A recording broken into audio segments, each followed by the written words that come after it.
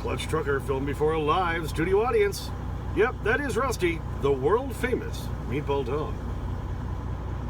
Hey YouTube, Clutch Trucker here. Thanks for tuning in to another edition of the Clutch Trucker channel. Okay, kind of a potpourri of a few different things today. My load got rescheduled. We'll talk all about that. And I'm going to touch on how, yes, my Timex Command Shock, if you watch those videos about those watches, you are able to switch the band. We'll talk about that. And my gripes with Garmin. They're kind of hacking me off lately. So let's dive in. Well, we've lost one of the big paint loads. That kind of sucks. Here's what all happened. I had some issues this morning that delayed me.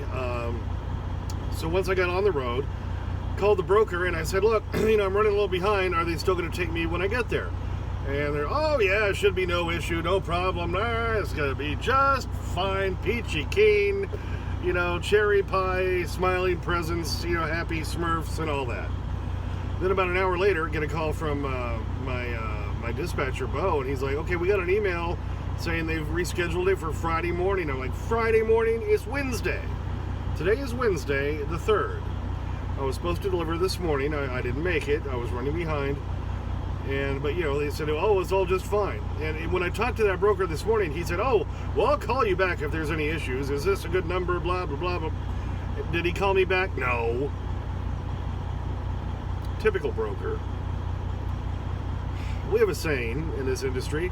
You know how brokers, you can tell brokers are lying? Their lips are moving. So anyway, I'm about Allentown, Pennsylvania, or past Allentown when I get the news that it's, not going to happen till Friday. And there's no place to park in the Allentown, Pennsylvania area. There's just nothing. There's this tiny little Wawa. I went backwards, back west to this little Wawa I knew off of Highway 100 that has some truck parking. Well, they got so much snow there that there's just mounds and piles, and they're still trying to clear out the truck parking, and the few spaces there are that are open are just filled with snow. I don't want to back into one of those and get stuck, so I moved on. On my way out, I stopped at this little Rutter's. Rutter's is a Pennsylvania-based convenience store. Some of them have truck parking. I had stopped and gotten something to eat at this one on the way out, and I have about 7 truck spots. It's about 30 miles west of Allentown, so I drove over there again. No, it's all filled up. So I went back, east, and then went up to I-80. And I figured, okay, I know there's a couple of truck stops right up there off 476. And I stopped at this Onvo, O-N-V-O, and their lot hadn't been plowed at all. And I'm like, yeah, I'm not, going to back onto a whole bunch of snow and get stuck on the ice and everything. No. So I finally reserved a spot here at Columbia, New Jersey. They had not had reserved spots available earlier in the day, but then they finally did, which means they plowed enough of the lot. So reserved a spot here, got here filled up, because now I'm going to have to spend 2 days sitting here. I figured, well, at least if I can go to a TA where I can get a shower tomorrow, which I desperately need. I'm just too tired tonight to get one. And they've got a Taco Bell Express in there. That's not bad. I've got plenty of food in the truck. When I took Rusty out, I'll have to take some video tomorrow of him bouncing around in the snow. I forgot to do it today, but he climbed over the giant wall of snow where they pushed it out with the plows and got to where the grass would be. If there were grass, it's covered in like a foot of snow. And he's trying to bound around. He kept disappearing in the snow because he's a little dog. So that was kind of comical. So I'll try to get some video of that tomorrow. And I do have a little bit of video I put on my, I think I put this one on Twitter. I'll show you this video as I came in. You can see how much snow is here. This is where I'm stuck now for 2 days. This is the TA in Columbia, New Jersey. And look at all this snow that they had to push off to the side. And eastern Pennsylvania was even worse than this. The amount of snow, once my load got rescheduled today, I tried finding stuff close to Allentown, and it was just either trucks piled up and snow piled up, or both, and it was crazy. Look at that giant mound of snow to the right there. Yeesh. Yep, so here's where I'm going to be until Friday morning, early morning, when I need to leave and get my way over to Long Island. So, of course, we lost the other load. This was the better paying of the two. It was only like 450 miles, paid $2,400. So we're still going to get that. It's just now we have to wait until Friday to deliver. I'm not burning any more fuel, so that's the good news there. I'm not losing money as far as that goes. It's just now I have to sit. Which as I always say, if the wheels ain't turning, I ain't earning. So then I take this opportunity to address a couple other things real quick. My Timex command shock, somebody had said I ended up buying, because this is the one I initially bought that I really liked. You can't see it on my light, but you can see it's got nice big numbers. I'll try to put the light closer to it. Let me turn the light on it. Okay, big numbers and everything. I love it. But it came with the fabric band, which I have right here. Somebody had posted in the comments saying, you can remove that band. I had tried with a hex, because it has little hex screws on it. I tried with one. I think I only tried one side is the problem. So when I was in Utah waiting for I-80 to open up, I put a hex screw on each side and was actually able to get it undone. So I was able to take the band from this watch, which I ended up buying, which now I've dropped on the floor. Okay, which I like fairly well. It's just the numbers aren't quite as big. I like the other one better because it has the bigger numbers. Because it came with the resin band, which you can clean easily. That's the problem with this fabric band. And Chris Kelly, I know you're going to love this. Yeah, that's the problem, is it soaks up all your sweat and everything, especially in the summertime. It gets real stinky. Well, yeah, you can wash it, but then you can't wear it right away. So I initially had ordered another one of these, and then I ended up sending it back because I thought, well, that's just silly. I thought, well, I like this one, well enough. It's almost the same watch. It's just the numbers aren't quite as big, the numbers and the date, as this one, because I like the really big numbers. But I figured out while I was in Utah that, yeah, I could actually change the band. So I put the band from this watch onto this one, and now I have the resin band on the Timex Command Shock with the big numbers and the big letters that I really like. So I had ordered another one of these a while back. What I always do is once I find a watch I like, I tend to order another one, because I'm hard on watches. I'm a truck driver. I'm out banging crap around all the time. I'm working on trucks, and I tend to beat them up. So I ordered another one of these. So I have another one of these in a box at home waiting for me with the resin strap. So what I'm going to do is I'm going to order another one of these. It's now down to like $70 where it was $100 with the fabric band. And then when I get it, I'm going to take the new resin band from the other new watch and put it on this one, and that'll be my backup watch. And then I can take the fabric bands and put them on these watches, because now I'll have two of those, and I can use those sparingly. And then if I want to clean the band and completely wash it, I can do that and let it dry out, use the other watch. So then I have multiple backup watches. So that's going to be my plan. So I just wanted to do an update. Thank you to whoever did comment and say, you can switch the band on these, because you can, and I'm so glad I did. All right, next thing I want to talk about is the Garmin OTR 1000. I still really like this unit because it's big. Look at it. Oh, yeah, it's big, baby. It's big, sitting up there on my dash. And I do like that. I do like the graphics on it. I like the 3D, view on the map. Let's see if I can see that on the map here. No, not really, because there's nothing to view right there. There's a river right there.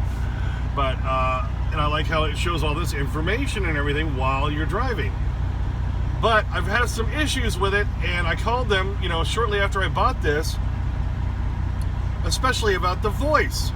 And I've done like 4 or 5 updates, and they still haven't addressed these issues. It's getting annoying, Garmin.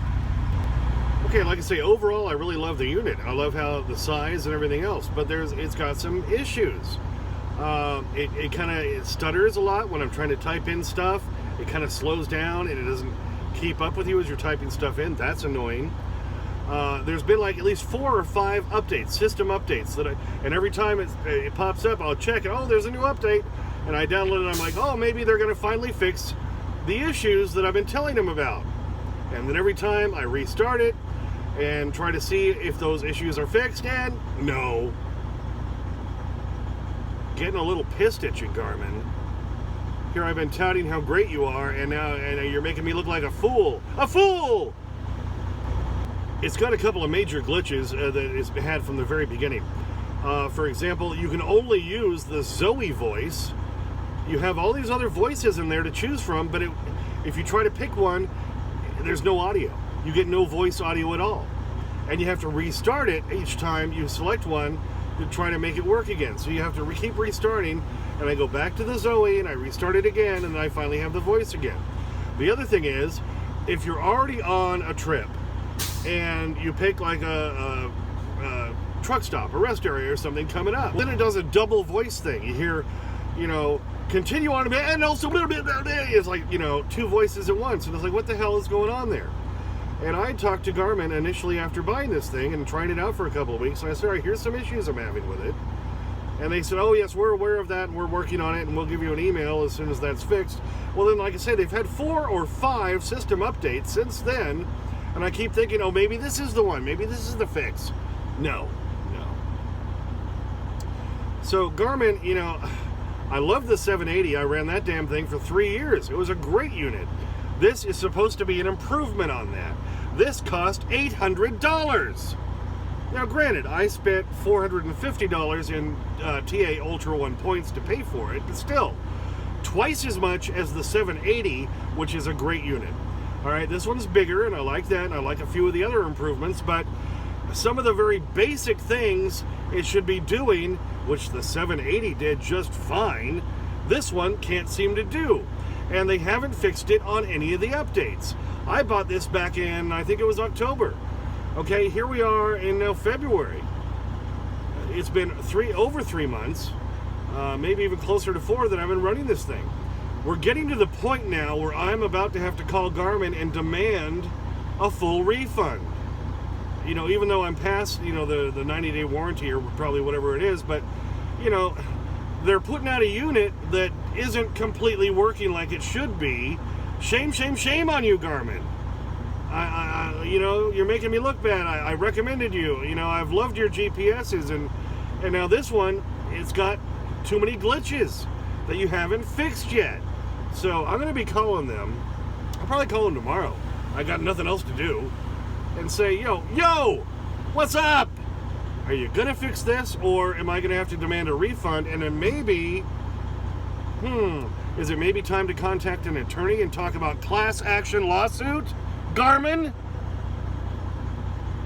I'm not happy with you guys right now.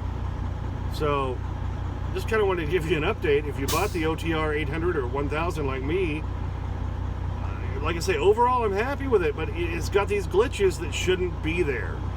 That's something they should have fixed before they ever released it. And they haven't fixed it since. And they keep sending updates, but they don't fix it. So I'm running out of patience with you, Garmin. I'm not happy, Bob. Yeah, so here we sit. 2 days. We're going to get a 34 reset here, whether we wanted one or not, in Columbia, New Jersey. This, as TAs go, this one could be worse. It's not terrible. It's not great. I'll be grabbing a shower in the morning. That'll be nice. Just didn't feel like doing it tonight. It's just been a lousy day.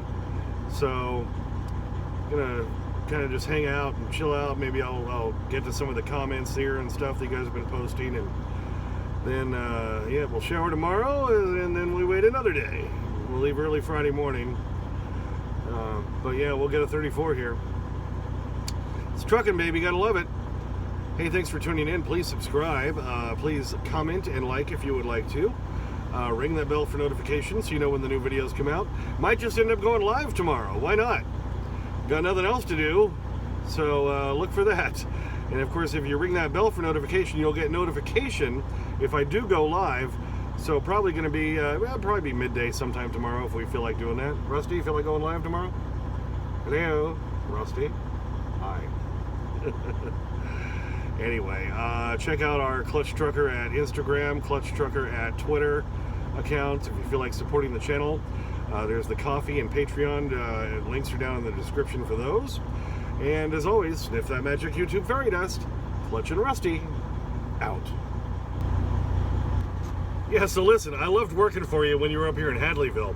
Tell you what, I could jump in a car and be down there in like 29 hours.